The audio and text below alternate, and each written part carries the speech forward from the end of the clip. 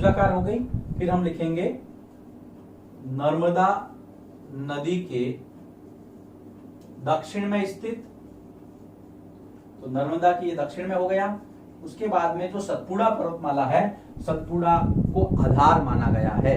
उत्तर में जो इसका आधार है, उत्तर में चौड़ा आधार है सतपुड़ा पर्वतमाला का, तो हम लिखेंगे उत्तर में सतपुड़ा पर्वतमाला का चौड़ा आधार। बिल्कुल सिंपल है, सतपुड़ा पर्वतमाला का चौड़ा आधार। देखो बेटा, हम लोग पढ़ रहे हैं दक्षिण का पठार, और उसके अंदर हमने शुरुआत की है इसकी आकृति से। ये है त्रिभुजाकार, उत्तर में इसके नर्मदा नदी और सतपुड़ा पर्वतमाला जो है वो इसको आधार दिए हुए।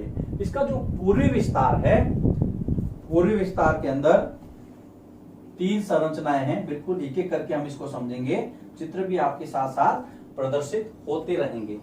महादेव, मैकाल और कैमूर की पहाड़ियां, पूर्वी विस्तार जो है इसका वो है बेटा महादेव की पहाड़ियां, मैकाल की पहाड़ियां और कैमूर। ये है मध्य प्रदेश और उसके आगे बिहार तक इसका विस्तार है, जो आपको चित्र में नजर आया। तो यहां पर हम इसको समझ सकते हैं कि इसका जो पूर्वी विस्तार है वो इस तरफ है, यहां पर ये इसका पूर्वी विस्तार है। ये तो पहले ये तो दक्कन का पठार और उसका पूर्वी विस्तार थोड़ा आगे, इसके आगे थोड़ा और हम चलेंगे तो जो नॉर्थ ईस्ट का इलाका है वो आएगा उत्तर पूर्वी इलाका। इसका पूर्वी विस्तार आपने देख लिया। पूर्वी विस्तार के बाद में थोड़ा और आगे बढ़ते हैं। ये पश्चिम में ऊंचा है और जो पूर्व है उसकी तरफ कम ढाल वाला है। यह पश्चिम में ऊंचा है, पश्चिम में ऊंचा तथा पूर्व दिशा में, पूर्व में कम ढाल वाला। इसका जो स्लोप है वो पश्चिम में ज्यादा है, ये भी आपको पता रखना है। बाद में हम इसकी नंबरिंग करेंगे। एक भाग उत्तर पूर्व में स्थित है, किसका? दक्षिण के पठार का। इसका एक भाग उत्तर पूर्व तक जाता है या नॉर्थ ईस्ट या उत्तर पूर्व में स्थित है, जिसके देखिए स्थानीय नाम है, जिसके स्थानीय लोकल नेम यहाँ पर दिए गए हैं, आपको ध्यान रखें। जैसे स्थानीय भाषा में तो मेघालय है, फिर कोरबी एंग्लोंग पठार देखिए, जिसे स्थानीय भाषा में, स्थानीय भाषा में एक तो आपका है मेघालय, दूसरा है कोरबी, याद रखना, एंग्लोंग पठार।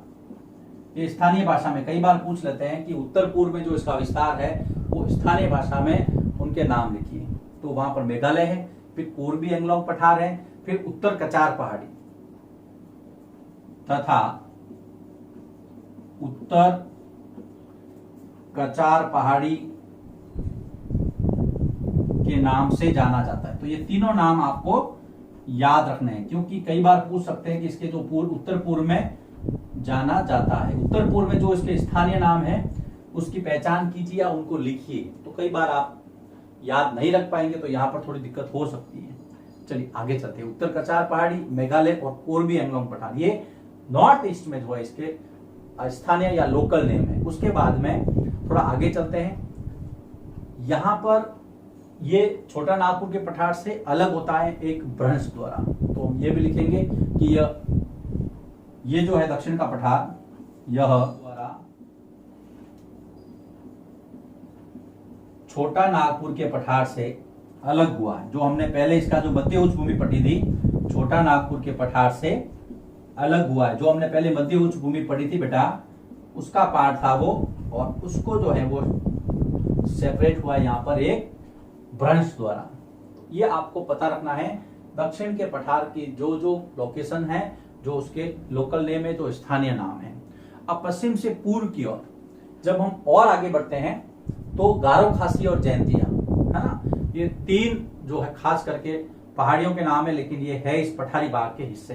तो पश्चिम से पूर्व की ओर जो पूर्वोत्तर के भाग है वहां पर गारो, खासी, जैंतिया है। पश्चिम से पूर्व की ओर जब और आगे बढ़ते हम, गारो, खासी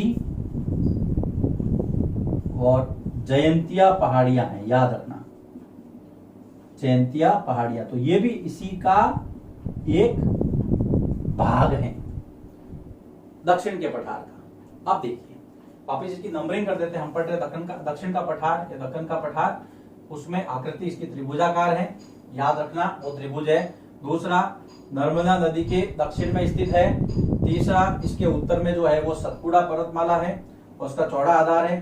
चौथा, इसका जो पूर्वी विस्तार है वो महादेव, मैकाल और कैमूर की पहाड़ियों से संबंधित है। फिर आगे चलते हैं। पांचवा, ये पश्चिम में ऊंचा है और पूर्व में जो है वो कम ढाल वाला, इस तरफ से ऊंचा है और इधर इस स्लोप इस तरफ है इसका, है ना, कम ढाल है उस तरफ, ढाल इस तरफ ज्यादा है। इसके बाद में कौन सा नंबर आया, पांचवे के बाद में छठा, इसका जो उत्तर पूर्व का भाग है जिसे स्थानीय भाषा में मेघालय कोरबी एंगलोंग पठार और उत्तर कचार पहाड़ी, वेरी वेरी इंपॉर्टेंट, ये आपको ध्यान में रखना है। छठा बिंदु। सातवां, ये छोटा नागपुर के पठार से एक भ्रंश द्वारा अलग होता है और आगे इसका जो विस्तार है वो गारो, खासी और जयंतिया पहाड़ियां हैं। चलिए लिखिए इसको, इसके बाद में हम और इसको आगे बढ़ाते हैं और बात करते हैं दक्कन ट्रैप की या काली मिट्टी का जो मैदानी क्षेत्र है वो कितना इंपॉर्टेंट है। लिखिए इसको, फिर आगे बढ़ते हैं। ये जो प्रायद्वीपीय पठार है इसकी मुख्य विशेषता है काली मिट्टी, जहां पर कपास की खेती भी अच्छी होती है। तो प्रायद्वीपीय जो पठार है उसकी मुख्य विशेषता क्या है, मुख्य विशेषता है काली मिट्टी का क्षेत्र है। ये काली मिट्टी की प्रचुरता या काली मिट्टी का क्षेत्र, याद रखना बहुत महत्वपूर्ण फैक्ट आएगा। प्रायद्वीपीय पठार की मुख्य विशेषता है काली मिट्टी, जिसे दक्कन ट्रैप कहा जाता है, याद रखना। काली मिट्टी जिसे दक्कन ट्रैप, कई बार क्वेश्चन आता है दक्कन ट्रैप क्या है, तो प्रायद्वीपीय पठार का काली मिट्टी वाला क्षेत्र जिसे कहा जाता है दक्कन ट्रैप। के बाद में हम देखते हैं कि ये जो दक्कन ट्रैप या ये जो चट्टानें हैं इनकी उत्पत्ति कैसे होती है। इनकी उत्पत्ति हुई है ज्वालामुखी चट्टानों से। इसकी जो उत्पत्ति है वो ज्वालामुखी चट्टानों से हुई है और आपको पता है ज्वालामुखी चट्टानें जो लावा निर्मित होती है जिसको हम आग्नेय चट्टान कहते हैं, ज्वालामुखी चट्टानों से लावा निर्मित, याद रखना। तो इनकी जो उत्पत्ति है वो ज्वालामुखी चट्टानों से हुई, आग्नेय शैल है चट्टानों से हुई, अर्थात ये है आग्नेय शैल, आग्नेय इग्नियस रॉक्स। फिर हम बात करते हैं कि समय के साथ इसमें क्या चेंज हुआ। ये जो पठारी क्षेत्र है समय के साथ अपर्दन हुआ जिससे जो काली मिट्टी का निर्माण हुआ। तो जो आग्नेय शैल थी बेटा, इन आग्नेय शैलों का या ज्वालामुखी चट्टानें जो है, इन आग्नेय शैलों का, याद रखना, समय के साथ अपर्दन हुआ।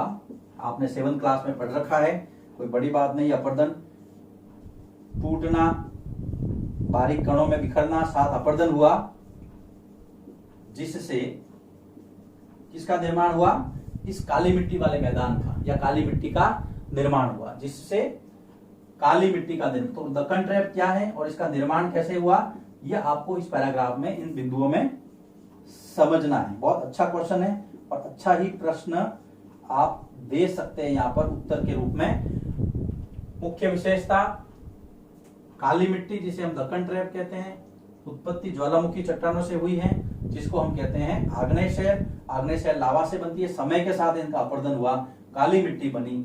ये वाला जो पैराग्राफ है आपको बहुत इंपॉर्टेंट है इसके लिए। आगे चलते हैं। अब ये जो प्रायद्वीपीय पठार है इसका उत्तर पश्चिमी, यहां पर उस तरफ इस तरफ विस्तार देखें हम, तो यहां पर आपको आएगी नजर ये अरावली रेंज, ऐसे मैंने पहले भी जिक्र किया था। तो अरावली की पहाड़ियां ये देखिए आप, अरावली ये भी इसी का भाग है, इसीलिए हम कहते हैं कि अरावली की पहाड़ियां बहुत प्राचीनतम है। क्यों? क्योंकि ये दक्षिण के पठार से संबंधित है, प्रायद्वीपीय पठार से।